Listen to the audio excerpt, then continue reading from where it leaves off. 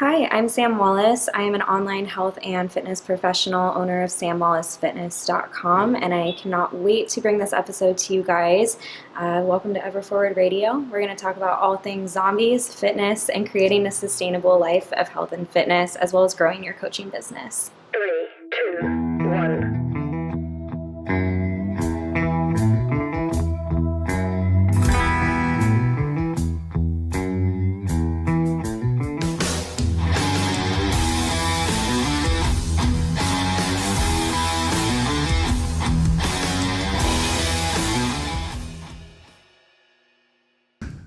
What's up? Hi. High five, kick things off.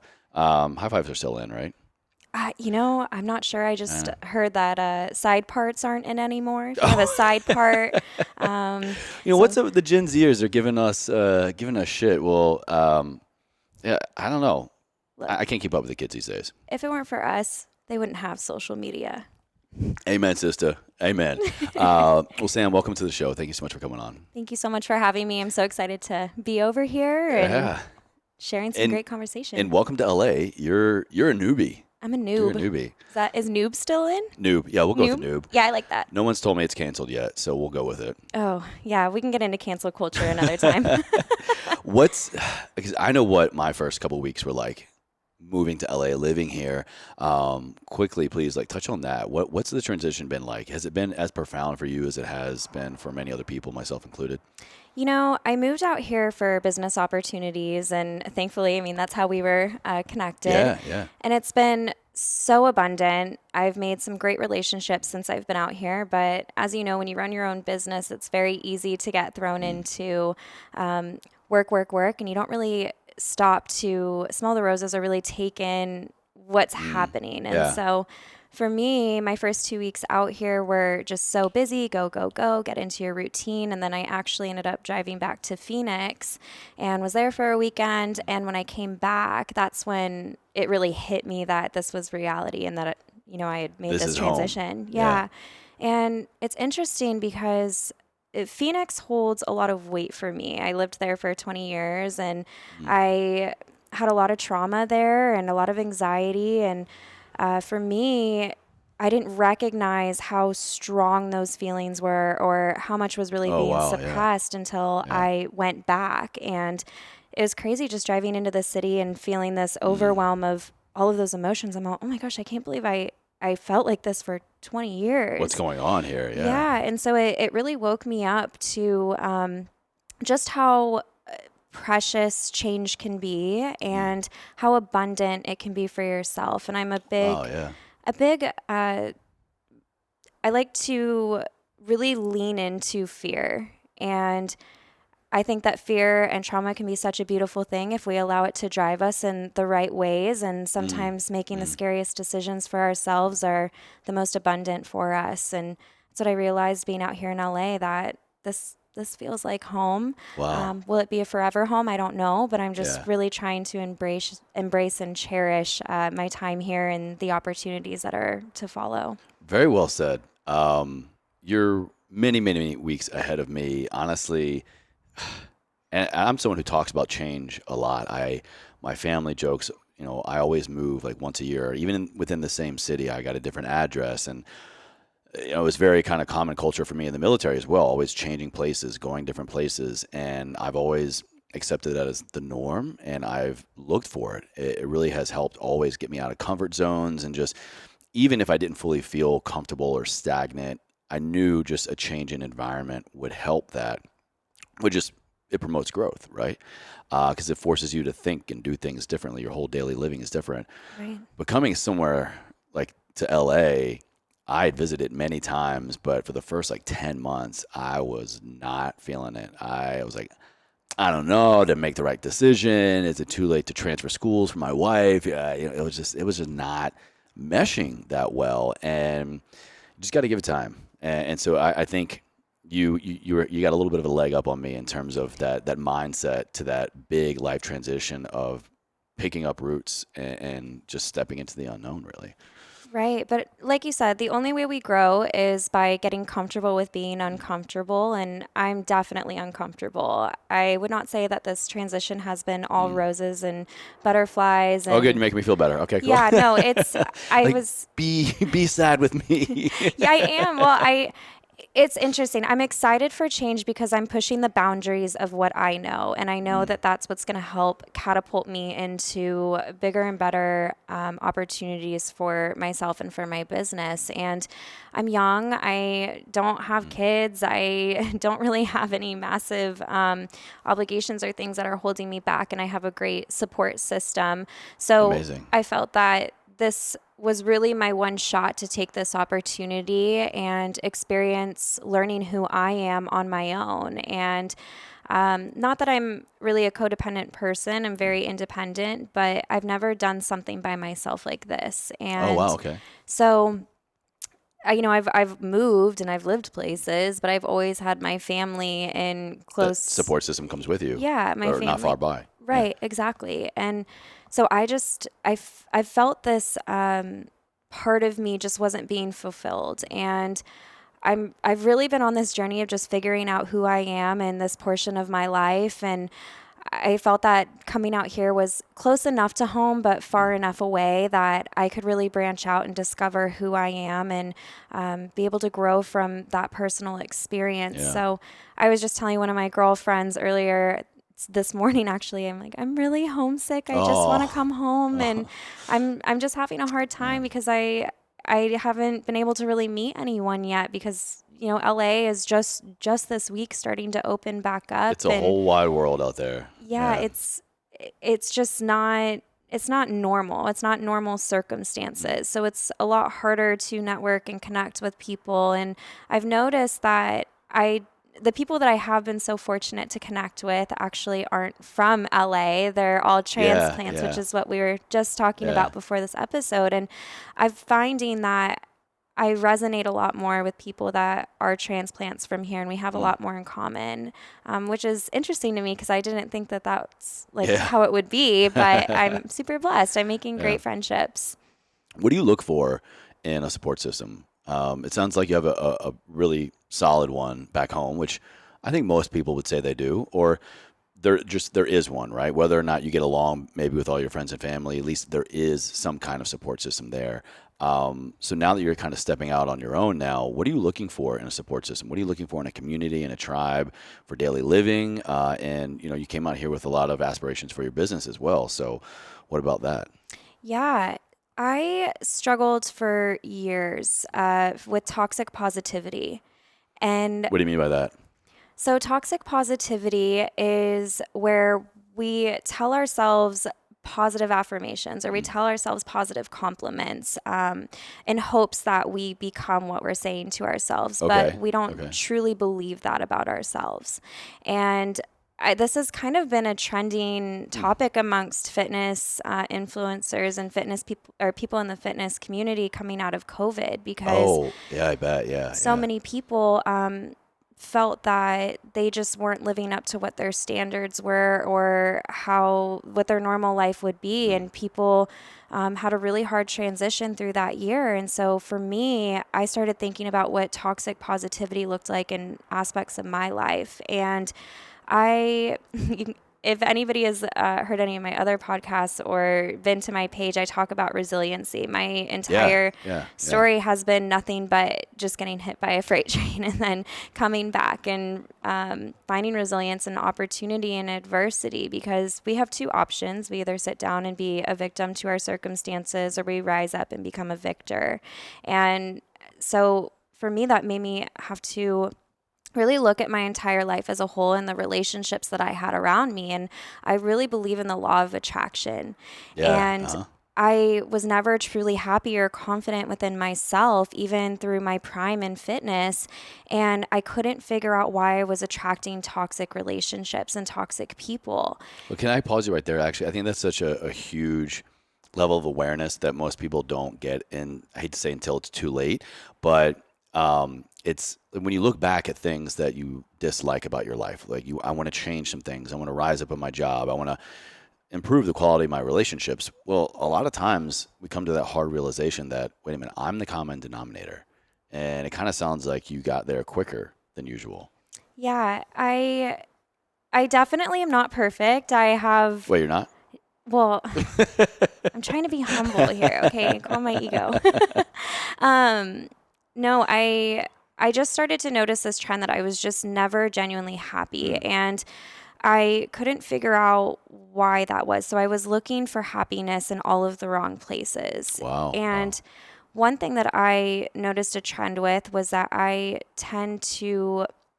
came from a home of addiction, Mm, and through experiencing that in my younger life, I noticed myself clinging to the mm, idea of fixing or helping other people. mhm, And I had mhm, kind of fallen into similar relationships that mm. seemed to be repeating the cycle of what I experienced growing Yeah. up. And Like what exactly? Like codependencies or just, no, actually, the idea that I could fix people okay. and that by somehow helping them through their adversity and their struggles that I would internally somehow heal myself. Wow. And that's a lot of how I fell into coaching too. And Sure, that makes sense. I wanted to help people, and it's always come from a very genuine place, but somewhere in that mix, even though I was being genuine in my pursuit of helping people live more fulfilled and happier lives, I wasn't nurturing or recognizing the pain and hurt that I was experiencing myself. And so Wow. it kind of led me through this identity crisis of paralysis by analysis. Like if I And can help others do this, why can't what, I help myself do this? right? Why am I so incapable of making myself feel whole? Wow. And so, uh, last year in 2019, my family experienced 3 deaths in the span of 5 weeks heading into the Oh my holidays. God, I'm so sorry to hear that. It's okay, it's a circle of Wow. life, but I think that grief really gets us Wow. thinking about what our purpose is, and are we really living up to that fullest potential, Mm, and are we really making an impact and the difference that we want to make? And my answer was no, time and time again. And I knew that I wanted to help people. I knew that I wanted to be able to change lives on a greater scale, but I couldn't figure out what that niche was for me.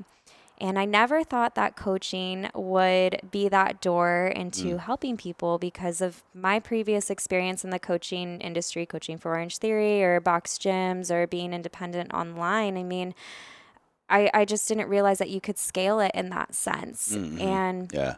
um, the pandemic happened and I was bartending. I had quit my 9 to 5 job 2 weeks before the pandemic hit. I Wow. wanted to pursue bartending for 6 months, build my business, So you're and already taking the steps necessary to create this life of your design. And right, then boom, my pandemic entire happens and the rug gets yanked out from underneath you like so many other people, I'm sure. yeah, it's my whole Wow. industry was shattered. Yeah, And I'm yeah. all, well, I'm now officially unemployed. I don't know what I'm going to do. And I guess my 6 month goal is turning into a 72-hour operation. And I'm so blessed for it because if anybody is thinking about starting a business or does run a business, unless you're in that and experience it for yourself, it's definitely not easy. It's so Yeah.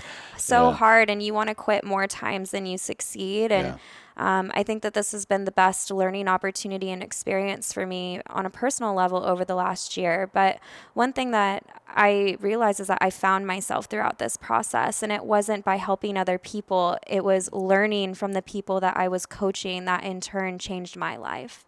Wow. Wow. And I never thought that my business would Yeah. bring that to me. I never thought that people seeking guidance and help from me on a coaching standpoint through sharing my vulnerable journey and my vulnerable experiences.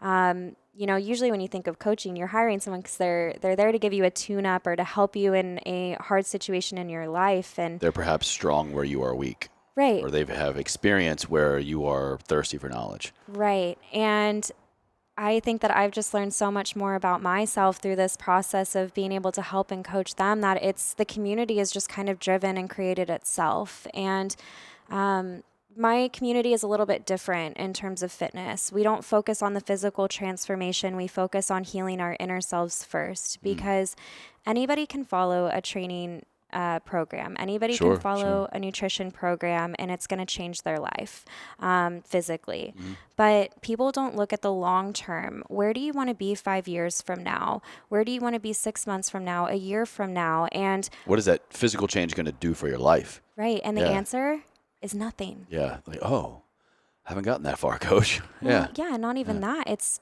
people associate that their life problems or their hardships are going to change by losing 20 pounds or building 10 pounds of mass. Or maybe if I lose weight, this person, will want to be with me, or maybe I'll have more friends, or maybe I'll be more accepted, or, Yeah. whatever the case may be. Everybody's situation is so different. But like we were kind of talking about before this podcast, we're all drawn to fitness for a greater purpose and a deeper why. It's the greatest gateway drug ever.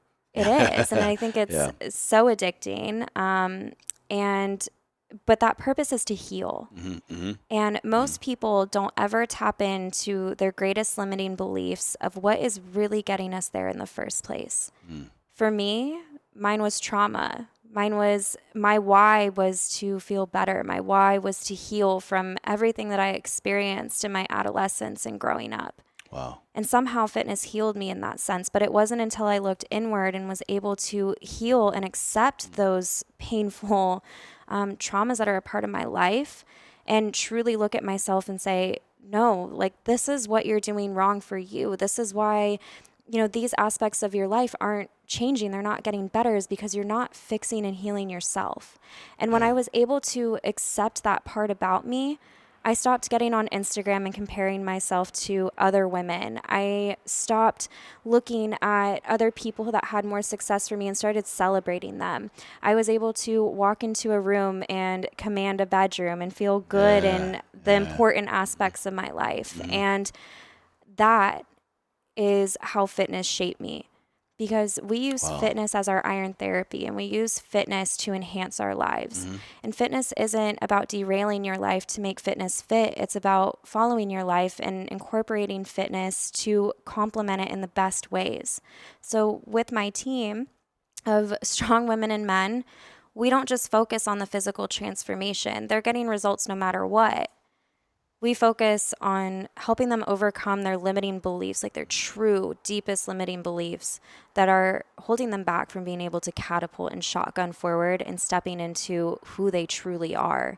Wow. My clients are relentless in their pursuit to health and freedom and just changing their lifestyle. It's not about getting fit. It's about creating a lifestyle of fitness that truly enhances your life. And I'm so blessed to have built the community that I have. And to my clients, I mean, they're just incredible. They eat, sleep, live, and breathe this, and that's more than I could ever ask because they feel their best and they're changing their own lives, and by that, they're changing mine too. In this space of being a coach, um, it takes time, it takes a lot of work to get to the point to have clientele that I'm hearing you have. And I speak to this because I did it for many years. And you finally get to this core group of people that you love showing up for. Yeah. Like she gets it, he gets it. And you know it's going to be so much more than just, hey, let's check, your workouts, let's look at your meal plan, let's look at all these other things. It's all the other spillover areas of their life that are being radically transformed that we usually know is going to happen, but how it manifests, how it shows up, always blew my mind. How would you kind of advise maybe another coach or another person looking to foster that community and that kind of coach-client relationship? Like, how do you get to your people? How do you talk to them? How do you find them? Technically, how do you recruit them? And how do you get to a point to where it sounds like you just love the people that you work with? Yeah, I just got a little army together, and I was like, okay, go get them. Attack. Yeah.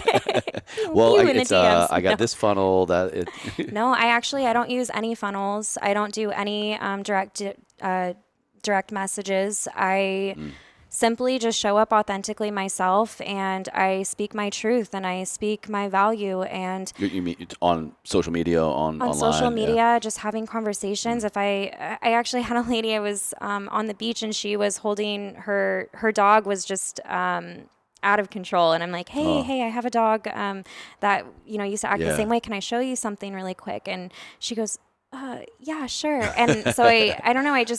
It's just in my blood to Mm, help people. I can't, it's just who I am. mm, And when I see somebody struggling, my first instinct is solution. mm. And I'm going to solve this problem. And that's what coaching is about. It's problem solving and True. identifying the problems in your potential clients' lives and how you're going to help them solve that solution. So when you get on a sales call well, let's rewind for a second. When you are prospecting or sharing your message, organic marketing is always the best way to go. I agree. Telling your story and connecting with people that I think that your best tribe is always going to be the people that are in a position that you were in 2, 3 years ago 100%. because Yeah. you can relate to them. Former versions of yourself. Yes, Yeah. exactly. And so when I get onto social media and I make a post, I'm sharing my story. I'm sharing the most vulnerable parts of me. And it's terrifying because you're always scared of judgment and there's always going to be a bad apple out there. And if it doesn't resonate, it doesn't matter because you're not who I'm speaking to. And that's the beauty of the block button, too. Exactly. And, the people that do resonate with that message and what you're putting forward, they're going to get it. Hmm. And it's not about putting that information out there or those stories out there because you're looking for a lead or a close right in that second. You're building the trust, you're building the value because when that person starts being challenged in the way that they think and how they are approaching their lives, you're going to be the first person that resonates with them and they're going to say, I need to reach Yeah. out to Sam. Yeah. And this isn't always just putting out calls to action in every post. I think that that's inauthentic. And, then people just think you're sharing your story because you're trying to sell them. No, I'm sharing my story because I want you to understand that there's somebody that gets it. There's somebody that empathizes with you and truly feels your pain. More than just you is going through something similar. Right. Yeah. And it's not all about pain. Like Yeah. I celebrate a lot of The successes rewards, and too. Absolutely. Yeah. right. But in order for us to get to those rewards, we have to look internally and we have to face that pain and truly work through that pain. And the majority of people, they don't want to do that because it's scary. It's painful. Nobody wants to hurt. Nobody wants to go through that. But when you do face that and you look yourself right in the eyes and you just are a bad motherfucker, right? Own it. Yeah. You own Yeah. that. Yeah. You step into the best version of Mm. yourself and you are truly set free to live the most authentic life that you possibly can. Oh, yeah. And nobody's ever going to complain about feeling better, Mm. right? Yeah. So, Maybe. It's just like, well, shit, I achieved fitness. I achieved enlightenment. Got nothing to work on today. I haven't met anybody here, even all the LA natives that would like to claim that. yeah. Well, and I think people cling on to motivation as Mm. their driving factor. And What do you mean by that? motivation is never linear with our goals. It's an emotional response to the things that we want to do, Okay. right? Or Yeah. the things we Yeah. know we need to do. And it's interesting to me because even coaches that I speak to that are looking to create change within their business are waiting for that motivation factor to spark. But running a business is just like living a life of like health and fitness. It's a non-negotiable in your day and it's a Mm. task that you do because it brings you so much joy and value in just helping other people. Yeah. We Yeah, became truly. coaches because we care about helping other people. We resonate with people that are struggling just like we did. And shoot, we're probably still struggling half the time, but we're figuring it out as we go and we integrate fitness and nutrition into our life because it makes us feel our best. And share that journey along the way. Exactly. To your point. Yeah. And sharing your hard days, sharing your struggles, because I don't follow any influencers on Instagram or Facebook. I don't resonate with them. Mm-hmm. I don't relate to them. And I get so annoyed when on the discovery page, it's just all these fitness influencer stuff. I mean, that yeah. really was like the foundation of what my, I guess, page or following was about. And now it's just like, go away, Yeah. Yeah. Yeah, I follow a lot of veterans. I follow a lot of people that only have like 500 followers or like 1,000 followers because I relate with Yeah, them. you have a resonance. Yeah, I'm like, Yeah. you're normal. I don't want to get on here and see what this influencer was having for breakfast or their Photoshop body or like what I don't know what they're influencing today. Like I want to connect with real people. I want to connect with people that want to share their stories. And I that's just what I thrive on. And I think that as a Beautiful. coach, we have to hold that within ourselves when we are talking in terms of marketing, that your clientele isn't who you think it is. It's the version of you. Mm-hmm. Mm-hmm. And when you show up as yourself and you show up authentic in your message Mm-hmm. and you speak your truth day in and day out and don't try to be somebody that you're not, you attract your tribe. And that's what makes your business fun, because you're working with the people that you can connect to, you can relate with, and you can really help them create transformation in their life because you get them on a deeper level. Yeah. Yeah. And I'm not like, for instance, I work with a lot of moms, surprisingly, but they're going through a lot of the same struggles. And I'm not a mom, Mm-hmm. but they're in that place in their life that we do connect on that level, right? Amazing. Yeah. But to male clients, I have a harder time with male clients. What comes up, for example? Well, with male, it's not that I can't help male clients. I do have quite a few that I work with that we click right away, but that's my blunt side of my personality Gotcha. and the blunt side of my coaching, because men just want to be told what to do. I can get on board with that. Most of the time, it's just like, yeah, all right, like, what do I need to do?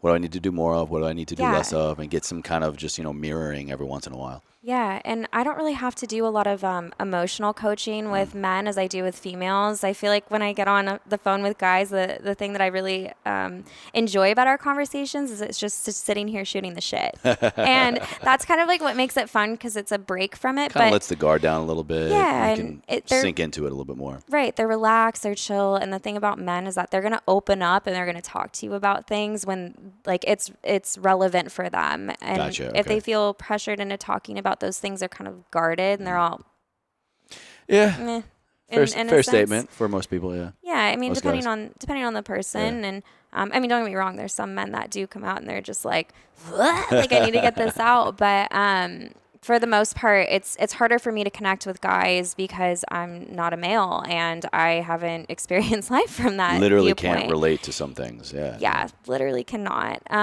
But with women, it's interesting because a majority of my friends, even growing up, were pretty like male dominant. Like I have a lot more dominant male friendships in my life than I did women. And Interesting. so that's why it's been interesting for me connecting with women and being able to build a business off of helping women. And, just, I guess me never recognizing that, like, wow, there are more people that are just like me. I was just looking for friendship and relationships in the wrong places. And when you stop searching for those ideas of what you think your friendships or relationships are supposed to be like, the best ones fall into your lap because you're authentically attracting the people that you're meant to be around. Can you, if you can remember, please say that again. I really want the listener to like let that sink in. It's so true. You are a product of your environment. And if you are putting off toxic energy, you're going to attract toxic people. If you are happy and thriving and living life, you're probably going to attract people that are just like that. But just like you can read through other people's bullshit, people can read through yours too. And if you're inauthentic and constantly trying to be somebody that you're not, you're going to attract false relationships and people that aren't really there to thrive and grow with you. I'd rather have 5 quality relationships over 100 fake ones. Oh, yeah, all day. All Yeah. day. I can count on my hands the 5 people that I talk to on a regular basis, and I would do anything for those people. And I know that that's reciprocated in return, but that's not by accident. It's just I'm very cautious about the people that I let into my circle because I do believe we're a product of our environment. And if you want to grow, you have to be with people that are gonna grow. Relationships are 49-51% effort. So when you're at 49%, they're there to lift you the other 2, and vice versa. I like that. Yeah. Kind of keeping in like the coaching mindset here, because clearly relationships are very important to you, and you go deeper, not wider, quality, not over, quality over quantity. And I'm very, very similar. It's amazing when you have meaningful, fulfilling relationships, all the other areas in your health, fitness, wellness, personal life, professional life, that they can spill over. How do you then, if you do, incorporate that into your coaching protocols? How do you kind of listen for cues with your clientele? How would you even advise a listener right now to kind of look for these things in maybe a way that they don't fully realize is actually contributing to or taking away to their wellness goals? You said it right there. Uh-oh. Stop and listen. Oh, there we go. Okay, all right, cool. Stop and listen. I was like, shit, what did I say that was smart? You're like, I did? Oh, I think so. Yeah, but so true. Just stop. Yeah, Just take a pause. Yeah, stop Yeah. and listen. You don't have to have an answer for everything. Mm. But I think the best way to help your clientele grow is by challenging them to think and challenging Mm. yourself to Mm-hmm. think. Mm-hmm. Because if you just always have an answer for everything, are you really giving them the opportunity to challenge themselves and grow? Because my coaching philosophy is I'm going to walk beside you up the mountain. I'm going to give you all the tools that you need, but I'm not going to carry you. I'm Mm. not going to do the work for you. I'm not going to show up and put it in for you. If you, I feel kind of bad. I had this conversation with a client about a month ago, but Real life. sometimes people just, it's easy to let the friendship side of coaching take over. And that's what takes away from your authoritative role in Yeah, coaching. there's a little bit of a hierarchy. It has to be. The Right. one person is leading and guiding, and one person is listening and applying. Exactly. And I think too often when we attract the right people that we want to work with, it's too easy to fall into a friendship cycle that Mm. we're friends over coaches and Oh yeah, client. yeah. And it can be really great. I mean, I've made some of my best friendships out of coaching them, and they're some of my hardest working clients. But especially in the beginning, when you are working with people that really need your help to change, you have to be able to show up as a coach Mm. and say, Mm.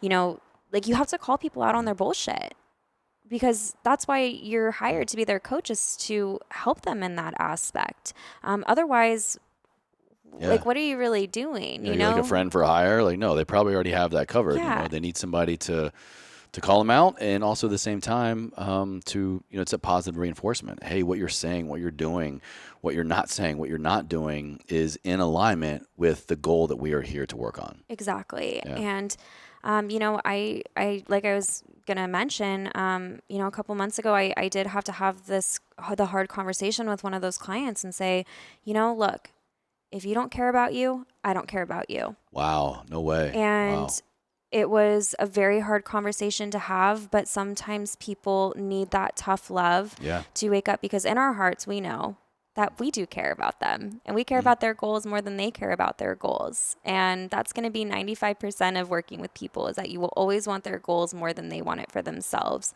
But sometimes people just aren't ready or they tell themselves they're ready, like toxic positivity. Mhm. Mhm. They tell themselves, I'm ready. Mhm. I want to change. I want to do this. I want this. My whole life is going to get better. But it's them projecting that toxic positivity that circles back to the Yeah. underlying Yeah. issue, which doesn't have anything to do with fad diets or weight loss or not eating in a deficit or not showing up and doing their workouts. It all reverts back to their limiting beliefs. So you heal the limiting belief, uncover what that is, heal the limiting belief, and then you move into that toxic positivity and Mhm. addressing that issue because that's what's creating the habits that are keeping them stuck in the first place. So when you're able to identify that, you can create a solution and apply Mhm. action. And then that's when people start getting the ball rolling on changing their goals and creating a lifestyle out of health and fitness. So that's Yeah. my little formula and the solution that I've discovered. And ultimately, what sets my coaching program apart, I just took everything I hated about fitness Mm. and just did the opposite. It's really when you look at it, I mean, from the coach's perspective, it often feels like you have to reinvent the wheel. Like there's so many other people that do what I do, or even the same way, or the same style, or but it's really not. It's just The basics are basics for a reason. exactly, exactly, and it doesn't have to be that comparison. And more importantly, it should be what you just said, and what don't I like about it? Because I promise you, what you don't like about the way change happens for people and the way that change is facilitated for people and with people, there's a group of people out there that that is the exact same reason or reasons why they are not successful in their goals, why they are not working with anybody, why they're not adherent in any way, shape, or form. It's because those same problems that you see on the coach's end is the same way that they're having problems on the receiving end. Right. And it all transitions too to organic like chat flow. When you get into Mm-hmm. a DM conversation, I feel like most people will slide into your DMs and say, how much do you charge? Mm-hmm. And if your initial reaction is to say, oh, this is my price, well, you're scaring that person off because Yeah. you're only money chasing. And if you're following a script or you're following some sort of like, it's just inauthentic. And having normal conversations and actually, like, you have to actually care about people, and you Say that can't, again, please. you have to actually care about people. Thank you. And I have worked with business coaches in the past that I thought this is the only way to scale, or this is the only way to make it right. And it wasn't. And It is a way, it is a way, but it but might not is be it your way. exactly? And I just felt like a robot, and I felt Mm. salesy, and I felt sleazy, and I was like, I hate this. Like, I fell out of love with my business, and Yeah. I was making, great money, but then that money started to dwindle because I wasn't showing up as who I was. I was trying to be somebody that I wasn't.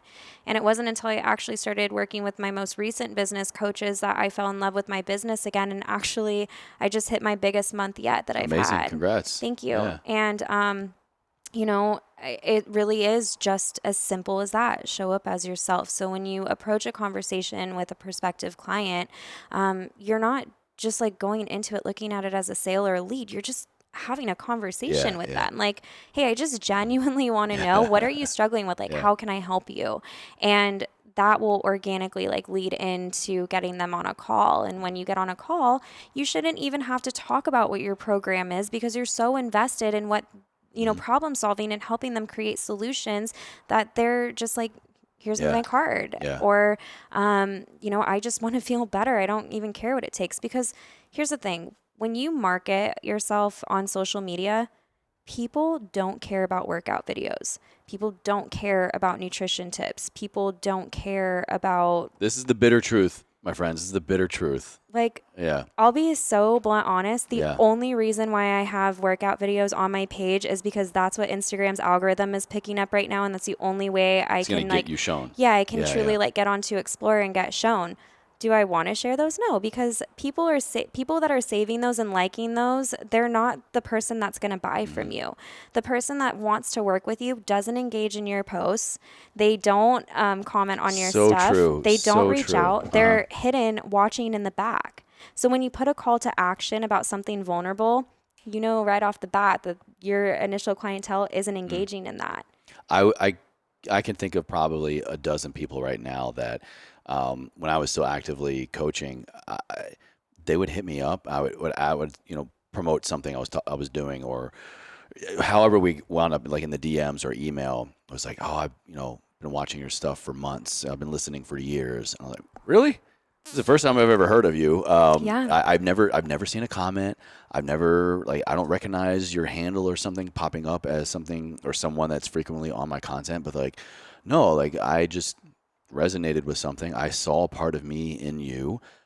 We share similar struggles, and you have worked through those struggles in a way that I need some of that.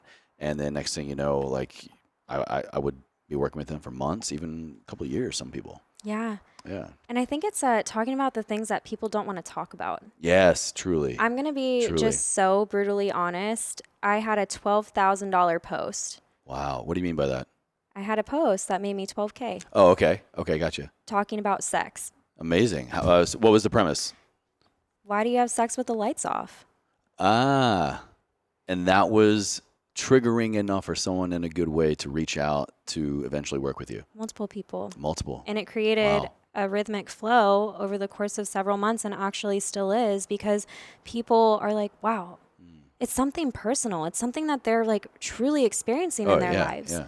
I mean, there have been plenty of times in my own life that I've been there and struggled through that. And if somebody wants to go to my Instagram and like read the whole thing, that's great. Go there and do that, and you'll understand what I'm saying. But it's talking about real life stuff. And that's why the workout videos and the macros and that stuff doesn't matter, because the people that you're meant to help, they're avoiding jeans and certain outfits in the back of their closet.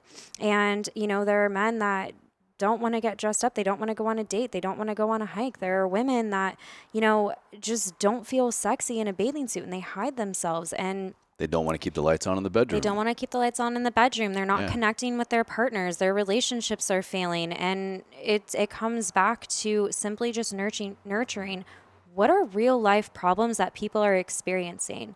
And our Instagram model pictures going to help you close a client that you truly resonate with, or is it going to attract the people that are going to buy a $97 program from you? Because if that's the goal, then you're going to have a Yeah. lot of volume and a lot of Yeah. traffic to make the income that you're looking to make. Or you can take take quality over quantity and really nurture and help people and do what you're supposed to do as a coach. Your job is to Absolutely. help change lives. Hmm. So if you want to change lives, you need to get real with yourself and you need to wake yourself up to what your limiting beliefs are, overcome those, and then you can show up as who you need to be to help the people that need your Yeah. help. That's why I've always said, well, the last couple of years, I can only say this because I'm on the other side of it now. When it comes to, like we were saying earlier, fitness is the gateway drug, right? Yes. When we embark on our own fitness, health, wellness journey, whatever you want to call it, um, I'll make the statement. I firmly believe that it eventually all gets us to the exact same place. Yes. Is that this shit didn't really matter. It was just a necessary tool, made me feel better, gave me some positive ROI in my health. But it ultimately was it was just a necessary tool to get me to the place of the things that I really need to work on. What really matters to my life, what I'm going to prioritize, more importantly, who I'm going to prioritize. Right. And so when we can just like get to that first, I I like wish they would teach this stuff in school. I go back to when I was studying, like my undergrad was in exercise science. And the first semester, my first year, we were learning like periodization, training protocols, like building out plans for all these people, which you need in some environments for sure. Right. But going back now, I would just be like, why don't we just start with like to the root cause? Why don't we start with the limiting belief work? Why Yes. don't we incorporate some kind of like emotional health, emotional intelligence, even, mental health and therapy, all Because this it's stuff. all mindset. Yeah. It's all Yeah. mindset, and that's all where it starts. Yeah. And that's how you connect with people. That's how you build Yeah. relationships. I mean, shoot, we wouldn't be sitting here having this conversation if it weren't for Yeah. limiting Yeah. beliefs or Yeah. whatever the case may Truly. be, you know? Yeah. But something that I think that you can resonate to, and tell me if I'm wrong, is with the military Mm. and the time that you spent experiencing the extreme sides of fitness Mm. and the extreme sides of survival from what you guys are trained to Streams of do. everything, really. Yeah. Right. It's the same concept I mean, not the same concept like military versus civilian life, but Mm. in terms of fitness, like with bodybuilding Mm. is such an extreme sport. You see the highs and the Oh, yeah. lows. And same with the military. I mean, people that I talk to that get out of the military generally will lean into bodybuilding as a form of just like Mm. safety because it gives them some sort of purpose that or Oh, yeah. similar experience that they had when they were in the military, Yeah. just training styles. I mean, have you noticed, like, did you have to relearn what fitness was for you on a personal level? Oh, absolutely. I mean, for me, fitness. Well, when I went through my injuries, it was fitness became relearning fitness was a necessity because I couldn't do the same things that I was used to doing, or at least not in the same way. But to your point, yeah, when I went about that, it was also kind of reestablishing a support system, reestablishing an identity, reestablishing security, because I was latching on to the training ways of just really anybody around me. So I really got into, I guess, training in a bodybuilding way and then powerlifting as well. But it was because that was just the vehicle through which I was actually getting meaningful relationships, which was really the thing that I lost most in the military. Having The men and women, brotherhood. brotherhood, who would just like, no matter what, has your back. And if I can't do it, they can. And so, yeah, that was like the vehicle through which that I was able to get that back in my life, really. Yeah. Yeah. Who's going to the gym? Who do I like? Who are my friends? Who do I want to grow a relationship with? All right. What are you doing? I guess I'll do that too, if it means that I get to spend time with you. Yeah, that's so Mm. interesting. I always love to hear other people's Mm. perspectives on that because it's so different for each person. And Truly, I yeah. went through something so similar, breaking my foot this last year. Yeah, And let's get into your story a little bit. I mean, someone who has, you're now on the other side of it, coaching, teaching others. Like you've got some origin as well in terms of why this stuff is so meaningful for you because you used to not be able to do a lot of it. Oh, yeah. Um, my journey started back in high school. I came from a very brutally divorced family and two different forms of substance abuse and addiction. Wow. So growing up, I was in competitive studio dance, and anybody who's in sports or anything competitive, your whole life revolves around that. You go to Sure. school, Yeah. you go to the Yeah. studio, the weekends are consumed by it. So really being in a dance world, my that was my whole life. And as I started to get older, I started to compare myself to other women that I was around. They were all tall and super thin, and we were in these leotards, and I was short and muscular and thick. And so for me, I never felt healthy. I never felt like I fit in. Oh, And wow. uh, so yeah, I guess somewhere along the way, I felt that the only way I was going to be accepted at home, or I was going to be accepted, not that I wasn't accepted, I just created this facade for myself. Like we all do. Yeah, that Yeah. I just wasn't going to amount to anything unless I was skinny. So my drive for health didn't turn into working out and fitness. It turned into a spiral mess of Mm. just a straight mission to be as rail thin as possible. Wow. Because I Wow. thought that I thought that's what health was. So I fell into an eating disorder. I struggled with severe anorexia Mm. and bouts of bulimia with that. And it was the worst, oh my gosh, probably like 6, 7 years of my life. And it just created such a poor relationship with food. I started dabbling in substance abuse. I would take my brother's ADHD medication Mm. and, use it as much as I could, because if Mm. I took it, I didn't eat. Mm. And if I Mm. didn't eat, I was going to be skinny. And then I would binge and just eat once a day, a small granola bar. And that was enough. And my hair was falling out. I was skinny. I was 87 pounds. I think at one point in my family was having Wow. an intervention with me. At what age about was all this? Oh, that was like 17. Wow. Yeah. It was 16. More 16. I think closer to 16. And I was partying every weekend. I was just doing whatever I could to do anything to not be home. Mm. And so I was still dancing, and I ended up losing my studio scholarship. My whole life plan was to come out to LA and dance professionally when I turned 18. And Wow. I decided to get high before I went to, on weed, not anything Yeah, crazy, okay. but Yeah, yeah. I decided to get high before I went to ballet, and I ditched out of ballet and went down to Nick and Tony's because I had the munchies, which is a pizza Wow. place. Okay, And okay. it was a pizza place, and my ballet teacher, who was actually the head of the Arizona Ballet dance company, came down there and pulled us out of the restaurant and was like, "You're done." And Wow. so my studio owner got involved, and I actually have never shared this story. Wow. Yeah, Well, thank you for yeah, sharing, it's just feeling crazy to open. look Yeah. back at your adolescence and you're like, oh Yeah. my gosh. So anyways, I got out of high school, and I wasn't doing studio dance anymore. I finished out my junior and senior year doing the high school company dance, but it gave me Okay. more free time in my life to go out and make poor decisions and fall into the wrong relationships. So I ended up graduating high school, and my biggest fear was I'm going to get fat. What Mm. am I going to do? I have to go to the gym. Well, I didn't know what to do at the gym. There Mm. wasn't Instagram or really YouTube or these Mm. platforms to follow people to gain this knowledge. So I would just kind of like walk around the gym and look at other Just people, do and things. yeah, I would try Emulate a things. little bit. Yeah, yeah. Right. But I didn't know how to use a machine. And then some Yeah. guy would come over and be like, "Oh, I'll show you how to do this." And then I would just be mortified and embarrassed and leave. But I'm grateful for those Yeah. people, because if it weren't for them, I wouldn't have learned. Okay. And Good. so yeah, at some point, a girlfriend of mine mentioned the NPC and bodybuilding, and she goes, "Sam, you should do this." And I'm like, I don't know. Like, I don't. When I thought Seems a little extreme. yeah, well, when I Yeah. thought bodybuilding, I thought like bodybuilding. I didn't think bikini. And so she goes, "Go to a show, like experience it, see if it's something you enjoy." So I went to a show. It had the glitz and the glam and the rhinestones of the dance world, but it had The glitz and the glam and the rhinestones. it was the rhinestones that got me, and a bikini, like Yeah. And so I'm all, yeah, I could do that. I want to do that.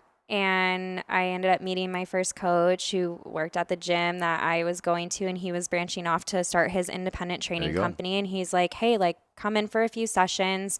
I really see potential in you, and let's do a show.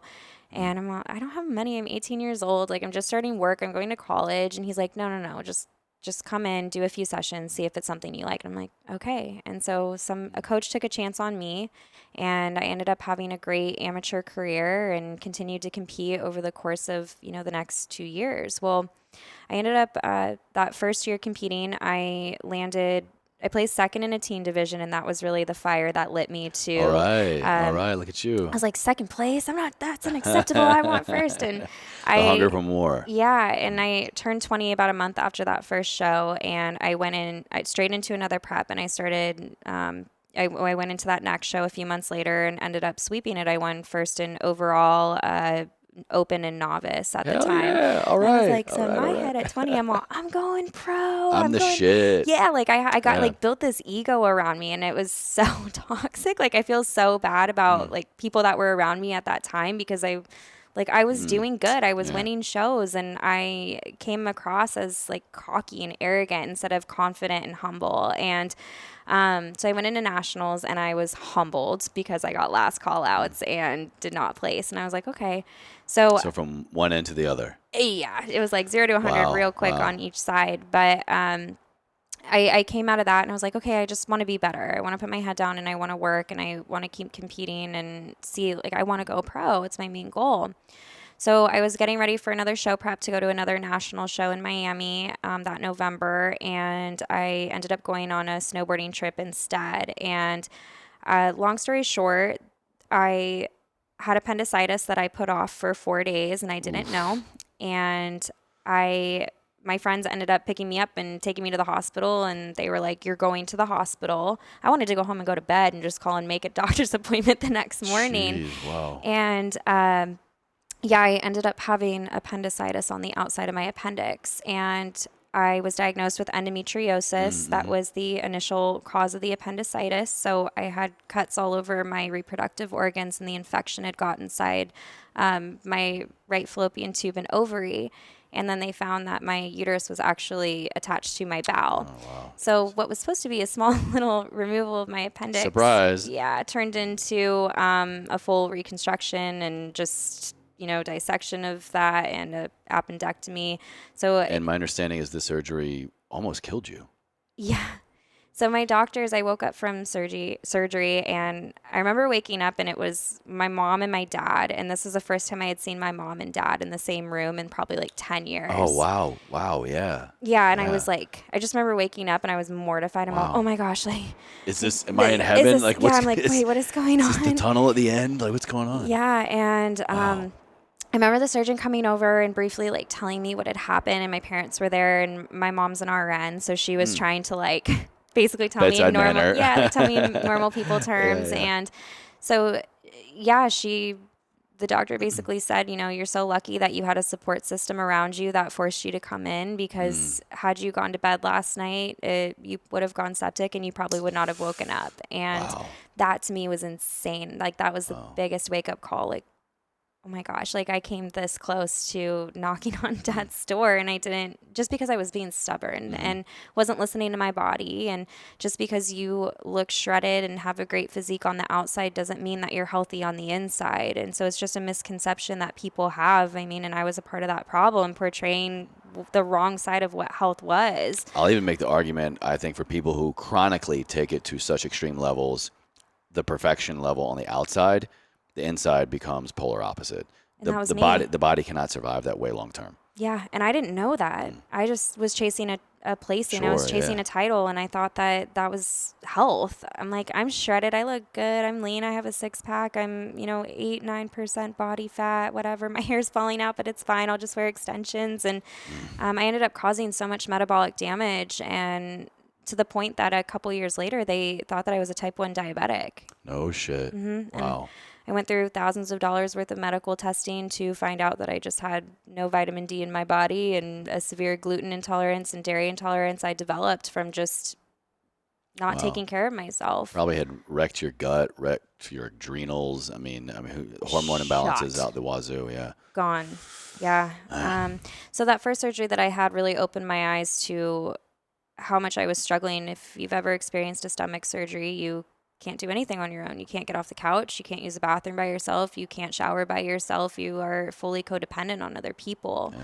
I Um, had both of my hips completely reconstructed. yeah. See, so you know, Useless for a long you're time. like a blob.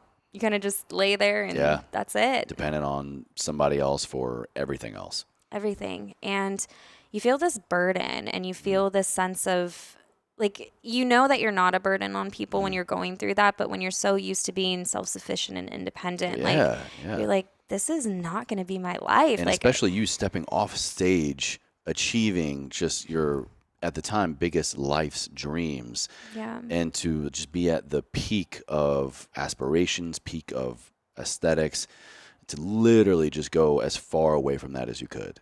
yeah. Wow. Well, I didn't go as far away from it as I could. I actually got back on stage and started competing again. Amazing. Okay. And I Wow. actually won Wow. another overall and first place in open and novice again. I Wow. swept another show and I was like, okay, now I'm going to nationals. So it was like a comeback story, but I love it that. was different this time because I actually had this drive that I wanted to educate people and I wanted to help them through that process. But my life was just so consumed by bodybuilding that I didn't get the opportunity to do that because anybody who has experienced the extremes of bodybuilding and like really tried to pursue it on a national or professional level, it is bodybuilding is your life and your life is on the side. So it's very toxic for relationships and it almost destroyed mine and it destroyed a lot of friendships that I had in the process and it inhibited my ability to like really focus on school and really focus on work. That was all I cared about. And it was great for my accomplishments within that, but it was so toxic for my personal life. I couldn't do it. So after my last national show, that was, I was 23, I'm 26 now, so 3 years ago. Well, 2017, 4, 5, whatever it is now. Carry the 12. Yeah, So- math's 2 plus 2 is whatever you want it to I don't be. math good, so you're asking the wrong guy. I don't do it good either. Anyways, so yeah, back in 2017, that was my last show, and I decided I was going to step away from the stage and I was going to figure out what fitness was for me in my personal life. And I felt really disconnected for a long time. I was like, I don't feel any purpose behind this. I'm just going to the gym and I'm just working out to work Spinning the out. wheels, And it was hard separating that I was there because I actually wanted to be there, not because I was working towards a placing or a title or on to the next bigger and better thing. I had to learn how to just be normal. Wow. And I had to relearn what eating normal was for me. And that was really difficult. That was really hard. But I realized a few things. I never overcame my limiting beliefs of why I fell into fitness in the first place. And I never overcame my eating disorder. I just put a band-aid on it and masked it with something more extreme. So when I came out of that world and had to relearn how to live, I had to go through all of those emotions and relapses again. Yeah, yeah. And it was really hard. I was emotionally unstable. I couldn't not emotionally unstable that I was like derailing my life, but I was just like not connecting with myself. I just couldn't understand what my purpose was anymore. And this set me back in my life. I couldn't figure out what I wanted to go to school for. I couldn't figure out what I wanted to have a career in. I couldn't figure out what I wanted from my relationship or my friendships. It was very isolating and very lonely. So I had to just work really hard on that. And, but this kind of ties into the deaths that I experienced going into Christmas of 2019. That's when it all clicked for me. And I was like, fitness is my calling and it's been right in front of me the entire time, but I've been resenting it and I've been pushing away from it because I experienced the extreme highs and the extreme lows that it turned me off from fitness entirely. Fitness now on your terms. On my terms. And by your definition. Exactly. Yeah. And that's when it clicked for me that I wasn't resenting fitness itself. I was resenting the experiences that I had in fitness because I never healed the limiting beliefs that I had that landed me into it in the first place. So when I started developing out my business and I started thinking about what I wanted to do, that's where I came up with the idea of writing a list of every single thing that I hated about my experience and doing the complete opposite of it. And that's how the Sam Wallace Fitness Method was born. And even just wow. through COVID, learning how to scale a business through that time, I broke my foot pretty bad. I was Another one. tumbling in some grass. Okay. I landed in a pothole. Oh no. My foot, when it landed, went this way. Oh. And then it got stuck in it. Well, it landed upside down. And when I landed on so my foot was like tucked under. So when it landed, the impact of it caused my heel and my ankle to headbutt each other. Apparently that's a bad thing. It's not good. Okay, cool. It's not good. I thought I Don't shattered a advise. Yeah. sprinkler head. No, it was me breaking my foot. I thought I shattered a sprinkler Sounds head. like, no, it's me. Turns out I'm shattered. Yeah, no, that was me. And my foot rolled lateral medial and then got pulled all the way up to my shin. Oh, amazing. You've Yeah. got full range of motion. I'm so happy for you. Yeah, ligamental laxity is a real thing. Even It's ways not you're not good. supposed to. You're just like, I'm going to do it. Call me Gumby. So like that probably put a halt on quite a few things for you, I'm assuming. Yeah, went to urgent care. They told me that I had a mild sprain. Sent me home in the wrong walking boot, and that I could start walking on it in 5 to 7 days, and it did not get better. It just got progressively worse. Oh, I'm sure. Oh yeah, awful. Like, I'm sure it looked amazing too. so good. All the cool colors and everything. I'm telling you, like, OnlyFans, only feet. There's a market. There is. I want in. There is, apparently. I keep hearing that more and more. Yeah. Yeah. That's so weird, by the way. Anyways, that's another direction. Hey, whatever you're into, and I'm not knocking it. So. And this was the moment where the interview went south fast. And yes. Only Feets. Maybe after this, from here on out, I'll put this up on Only Feets. Is that a thing? I will make it one. Why not? Oh, you're going to have to edit this out because if somebody OnlyFeeds. takes our idea. I got to buy the domain for sure. We'll register How do I OnlyFeeds. invest? Yeah. Well, for the low price of $9.99, I can get you on the ground level. For a low price of 72 installment payments of $1,700. I will also trade you feet pictures. We'll now establish this will be a whole new currency. I'll trade you goat for a wife. You take 2 chicken. 2 chickens, 10 feet photos, and I want half a Bitcoin. Just how many different currencies can we get involved here? Let's make some new ones while we're at it. You know what? I'm in.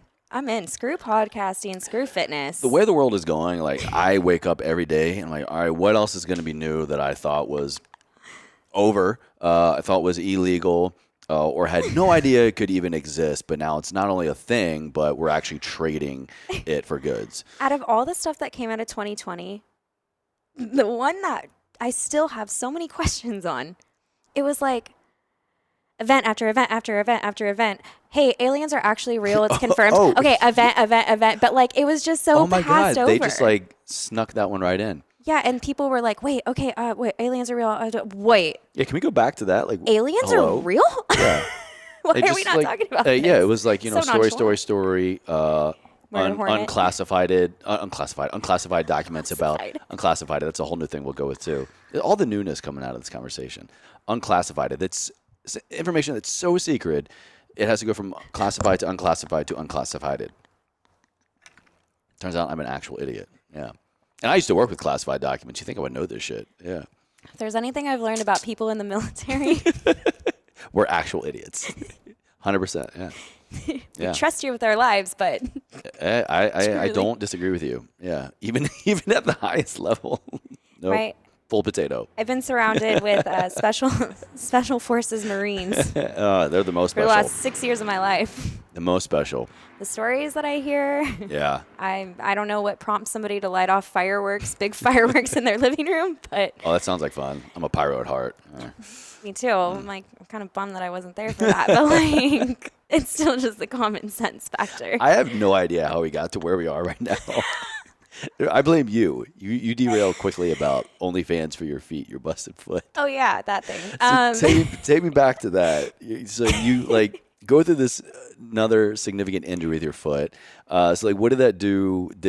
Was the mindset so strong then that you were just like, all right, I'm just gonna have to deal with it? Did it affect your business? Did it affect your training? Like, what happened after that? I didn't have a choice. Like, I couldn't work out. I couldn't make content to push out to my prospective clients. So I was like, Well, I guess the only option I have is to really talk about my life and talk about my story. Okay. And that's kind of where it clicked for me. And in that moment of, no, this is like how I'm meant to coach. And this is how I'm meant to show up It because, was a really solidifying moment, it sounds like. yeah, Yeah. I mean, I was on full blown bed rest for 4.5 months. I didn't start walking until Christmas. I underwent a full ankle foot reconstruction surgery.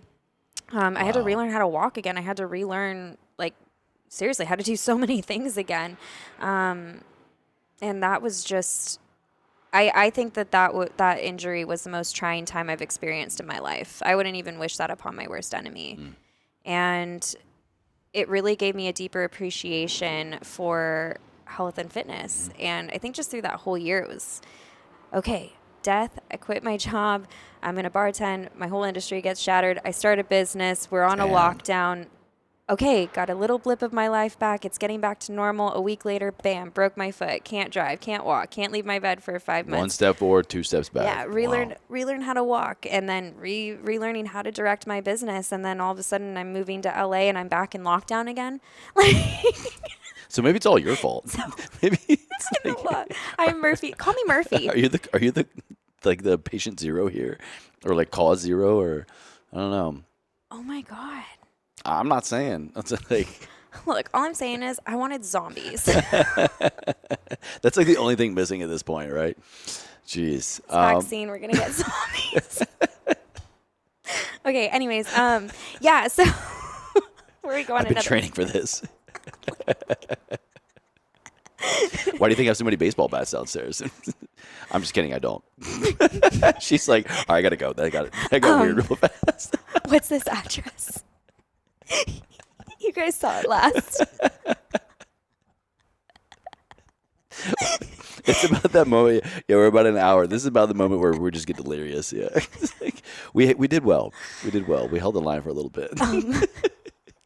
So, if there's any takeaways that anyone can take from this, it's zombies. Maybe I'll put all this at the Authentic beginning of the self. episode instead. Yeah. Can you just make it a smorgasbord of all the random things we talked I think about? as So you it have- makes zero sense, so people want to watch. Even better, or what I could do is, what we'll just randomly insert you just talking about zombies, like in your story, and it'll be like subliminal zombie brainwashing. Yeah, we'll go with that. Yeah, power of the media. Actually, you know what would be better is if we just did a. Have you seen those TikToks or those reels of where it's the Full House thing and it's all everywhere you look, and then it Oh, like shoots yeah, for the yeah, first yeah, time? yeah, See, yeah. that would be funny. See, this is where I need to get on board with these trends. Okay, a little look, more. I'm taking over your Instagram. I'm now going to manage your social media. Look, I'm here for it. I'm not against that idea for sure. Yeah, Just more zombies, I It's not guess, going right? to make any sense. People are gonna, you said you wanted a brand. Yeah, right. I can't even think of the word. Rebranding. rebrand, yeah. A rebranding. Okay, picture this. Okay, Chase. there we go. Zombies. What? Right? I like it. It has absolutely nothing to do with anything I've ever done, so it makes the most complete sense because it makes no sense. Just smile confidently. But Yes. that's the message. Yeah, that's marketing. All right. Well, I guess I'm tapped out, and judging by the way this conversation is going, I think you are too. I'm gonna Stay tuned for parts 2, 3, and 4. Just coming kidding. soon to a zombie land near you. Yeah. We're on to something. I do have one final question for you, and we'll kind of get back into our feels, the seriousness, Yeah, a let's little do bit it. here. So, in kind of sharing with you my story, Ever Forward Yeah. is really what I try to embody in the show and in the message, and it's what I have really latched onto for many years now in my life through an example through my father. This Ever Forward was a phrase that he instilled in me and my family growing up, and then when he passed away, it was like, all right, this is what it means to really live it. He was diagnosed with a terminal illness, and it's just, someone who believes so much, even literally to their dying breath, of no matter what life gives us, it is for us. And we have to choose to show up when the going gets tough. We have to choose to show up for the people that are here and now for us, and the people that are going to leave us, or we're going to leave behind. So I'm, So true. yeah, it That's is. like It my is. the way I live my life is ever forward. So I Well, love that. that's my final question is, what does that mean to you? How do you live a life ever forward? Well, I live a life of ever forward in just that way. Life is always going to knock us. It's always going to shake us. It's always going to rock us. But at the end of the day, we only get one life, and it's our responsibility to live it to its fullest. And that's why I really lean into the phrase "let fear drive you," and I live my life by that because you can sit back and you can be scared, and I think we all have fears in life and things that scare us. But what do you do with that fear? Do you sit back and become a victim to it, or do you rise up and become a victor and allow that fear to drive you? And I think that it can be used in such beautiful ways to help inspire, shape, and develop who we are and others around us to live a life that is ever forward. Um, I would rather live a life of experiences and helping give back in any way that I can to my community and building lasting relationships that are just deep and authentic and really truly mean something than to get to the end of my life and look back and say, well, what did I even do? And I think some of the best advice I've ever been given was by my grandparents. And they said, you reach a point in your life where you look back and you look at all of it and you really say, what was all of this for? Wow. Yeah. And that was interesting to me because I think we get so caught up in life and everything that we're not doing or everything that we have to do or taking care of other people that we don't stop to really look at what that's going to look like when we look back. And just like we're all going to die someday, like Memento mori. yes. And live the life that you want to live and live it fully for yourself and with the people that mean the most to you because you don't want to look back and regret missing out on all of life's experiences or slaving away at a job that you're disposable at and they don't care about you. Like, don't live your life so small.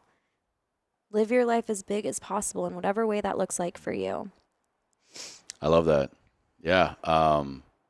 Sounds like we got some good resonance there. That's why I love the people. I love my people that have people. And shout out Aisha, if you're listening, watching, it's one of the most powerful things I've realized in solidifying, establishing new relationships and making those even more fulfilling is there's a spillover effect. Like we were talking about earlier. Not only will those relationships pour into other areas of your life that you had no idea that they would even come close to, but good people know good people. So I appreciate you. Law of attraction. Good people attract good people. Yeah. It's not about filling up everybody else's cup. You fill up your cup so that your whole group can drink. Yeah, my cup's getting empty now. My coffee's almost gone. So Me too. I'm hungry. when the coffee's gone, the interview's over. All right. So Sam, thank you so much for coming on the show today. I'm going to have all of your information down in the show notes. If you guys want to check out her content, her coaching, it's real and it's going to connect with the right person, at least the one person listening today. Yeah, I'll never tell you what you want to hear. I'll tell you what you need to hear. All right. All right. Thank Beautiful. you for having me. Of course, my pleasure.